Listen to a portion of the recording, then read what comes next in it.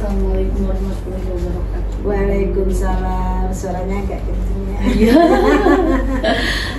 Ibu bagaimana kabarnya? Alhamdulillah sehat Bu Dimas. Sehat. Mudah-mudahan Bu Dimas juga sehat Amin ya. Ibu. Saya memperkenalkan diri terlebih dahulu ya Bu. Saya Nyimastika Rosanti. Saya guru bahasa Indonesia di SMPN 2 Cibuaya. Iya. Dekat ya Bu ya. Izinkan saya untuk mewawancara Ibu mungkin ya, sharing mengenai modul yang telah saya pelajari, yaitu modul 3.1 di mana ada tugas yang mesti saya selesaikan mengenai dilema etika. Nah, izin mungkin saya sedikit mengganggu waktu Ibu. Mungkin Ibu banyak kesibukannya ya Bu ya, saya ganggu. Ya, nggak apa-apa. Nggak apa-apa ya Bu ya. Mungkin nanti akan ada beberapa pertanyaan yang akan saya sampaikan kepada Ibu. Semoga Ibu berkenan menjawab pertanyaan. Mungkin Ibu bisa dimulai. Boleh. Untuk pertanyaan yang pertama, mungkin selama ini bagaimana Ibu dapat mengidentifikasi kasus-kasus yang merupakan dilema etika atau rujukan moral? Oke, saya coba jawab ya. Untuk kasus dilema etika dan rujukan moral itu berbeda ya. Kalau dilema etika itu adalah kasus yang menyatakan benar dan benar. Kalau di rujukan moral itu antara benar dan salah. Nah, untuk itu kita harus benar-benar mengetahui permasalahannya, mengidentifikasi permasalahannya dengan baik sehingga kita tidak salah dalam menentukan keputusannya.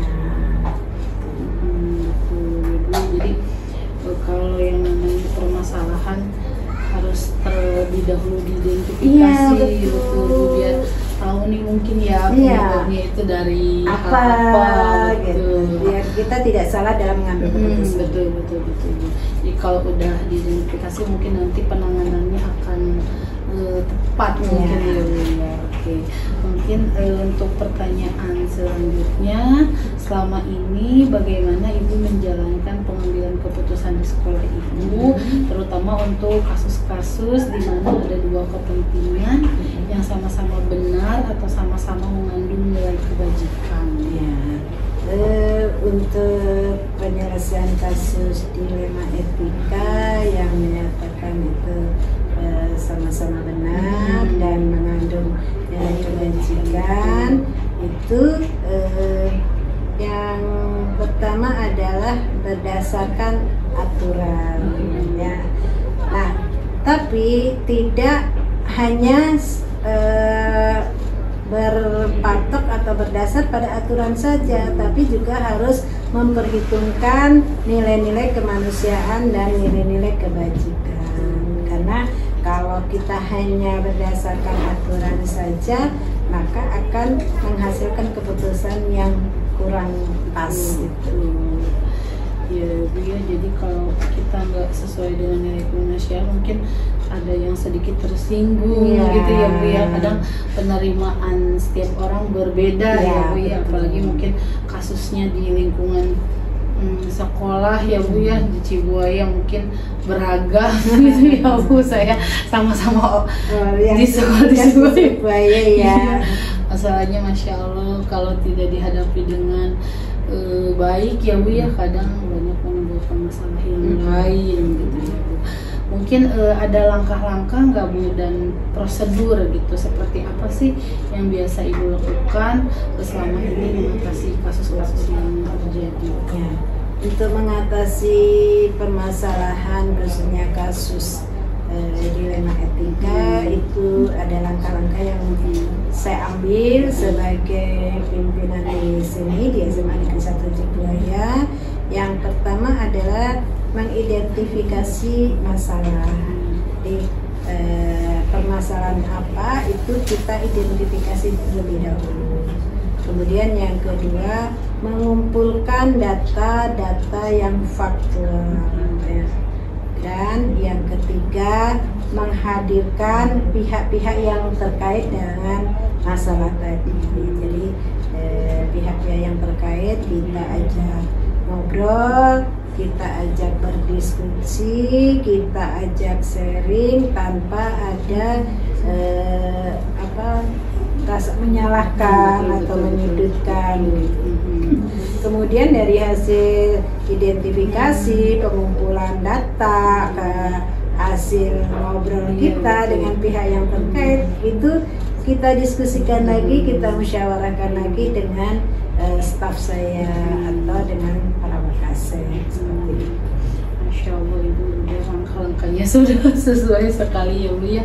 Mulai dari identifikasi masalahnya, lalu dikumpulkan data-datanya, dihadirkan pihak terkait, lalu mungkin diinformasikan kepada staf Ibu. Itu sudah langkah yang luar biasa menurut saya, mungkin menginspirasi bagi saya gitu untuk kalau misalkan menangani kasus mungkin ya harus diawali dengan identifikasi, lalu ditanyakan benar gak mungkin ya kasusnya seperti ini, kenapa bisa terjadi, lalu mungkin nanti saya ngobrol sama pihak-pihak terkait dan menginformasikan mungkin ke staf-staf yang lain seperti yang Ibu barusan bicarakan. Langkahnya sudah luar biasa. Mungkin hal-hal apa saja sih Bu yang selama ini Ibu anggap efektif dalam pengambilan keputusan pada kasus-kasus dilema etika? Yang lebih efektif itu karena kita itu satu keluarga yang pertama adalah tidak terburu-buru dalam mengambil keputusan, tetapi setiap permasalahan harus segera diselesaikan. Kemudian yang kedua, kita lakukan diskusi dan musyawarah dengan para staf. Berarti Ibu apa sih di sini lebih mengedepankan kekeluargaannya Bu ya? Karena memang udah keluarga di sini gitu.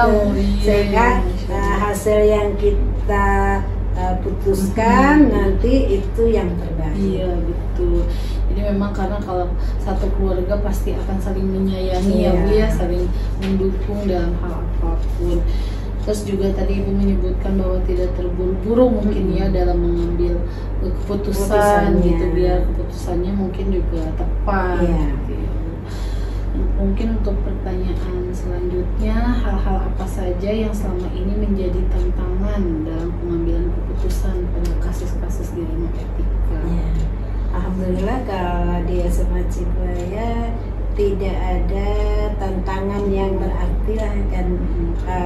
Bagi saya itu dianggap bukan tantangan gitu ya, karena alhamdulillah semuanya bisa terselesaikan dengan baik tanpa ada intrik-intrik yang itu. Tapi mungkin secara formal aja, kalau namanya pimpinan mengambil keputusan itu pasti ada konsekuensinya.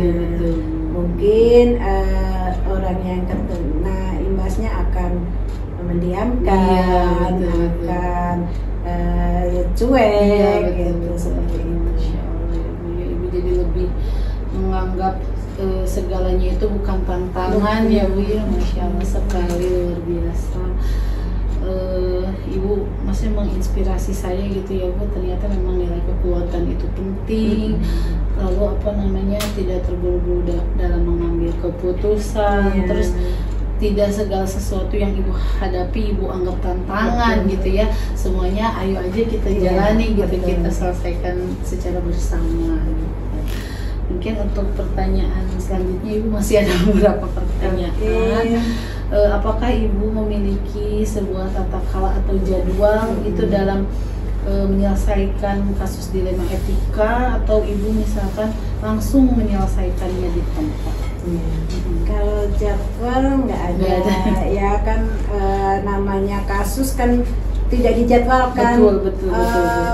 Minggu depan hari Senin ada kasus diselesaikan, atau hari Selasa ada kasus kita selesaikan, jadi dijadwalkan nggak ada seperti itu.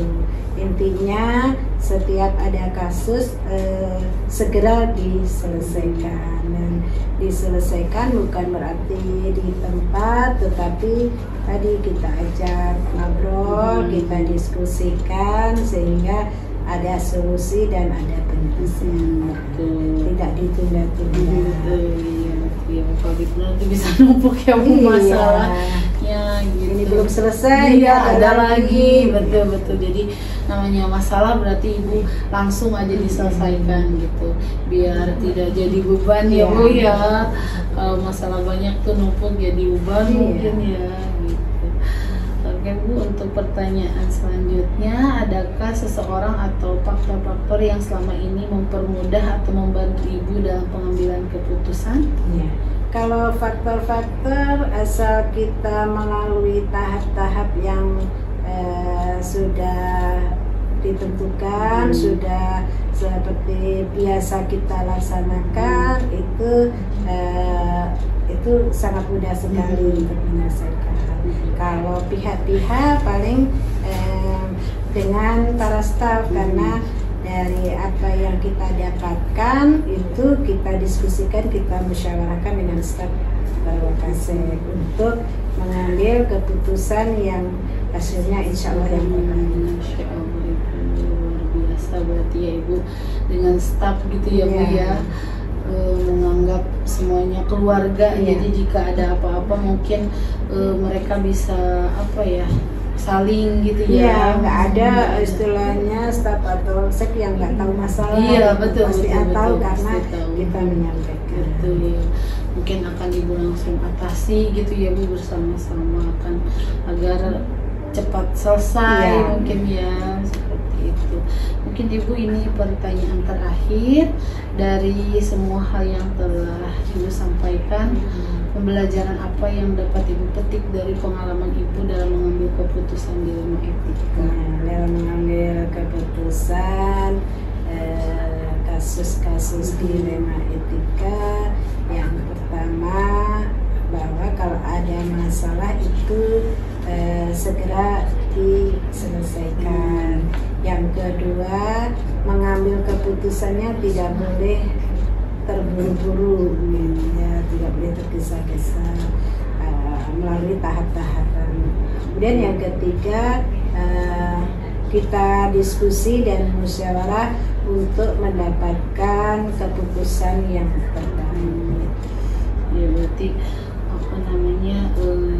harus secara musyawarah ya Bu ya dalam mengambil keputusan, karena ya memang beda kepala, beda pemikiran ya Bu ya. Jadi kalau misalkan ada masukan kita ambil yang terbaik. Betul. Namanya beda kepala dijadikan satu, diambil mungkin ya keputusannya yang terbaik gitu. Mungkin Masya Allah sekali Ibu, jawabannya sangat luar biasa Bu, saya mencatat perkataannya. Sangat menginspirasi ya Bu, apalagi saya juga baru ya di Ciboya, jadi merasa baru lagi punya kepala sekolah perempuan. Oh, belum pernah. Yang sebelumnya pernah, cuma Bu Lilis kan pensiun. Terus kan sebentar Bu. Oh, jadi saya sebentar. Sayanya yang beliaunya keburu pensiun, jadi baru sebentar. Terus baru ketemu lagi Ibu kepala sekolah yang luar biasa ya Bu. Amin. Banyak menginspirasi, banyak ilmu yang saya dapat mungkin ya dari percakapan tadi, nulisnya lumayan.